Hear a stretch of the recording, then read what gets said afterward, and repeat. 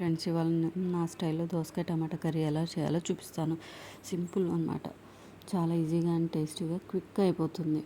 ముందుగా ఒక గిన్నెలో ఆయిల్ వేసేసి బాగా హీట్ చేయండి. ఆ ఆయిల్ హీట్ అయ్యాక పోపు దినుసులు వేసి ఒక ఎండుమిర్చి వేసి బాగా కలిపేయండి. ఈలోపు మనం కట్ చేసుకున్న ఆనియన్, టొమాటో, దోసకాయ, పచ్చిమిర్చి అన్నీ వేసి బాగా తిప్పేయండి. ఇవి కొంచెం మగ్గిలోపు కొంచెం పసుపు వేయండి.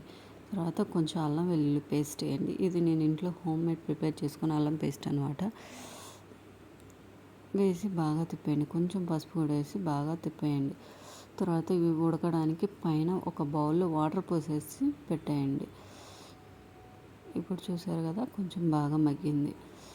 బాగా ఒకసారి తిప్పేసి మళ్ళీ మూత పెట్టేసేయండి. అడగంటకుండా మధ్య మధ్యలో కలితిప్పుతూ ఉండాలన్నమాట. చూసారు కదా, ఇప్పుడు కొంచెం ఉడికింది. ఇప్పుడు కొంచెం కొత్తిమీర వేసి బాగా కలిపేసి ఒక్క చుక్క వాటర్ వేసేసి మళ్ళీ కొద్దిసేపు మూత పెట్టేసి ఉడకనివ్వండి. ఇప్పుడు ఉడికిపోయింది.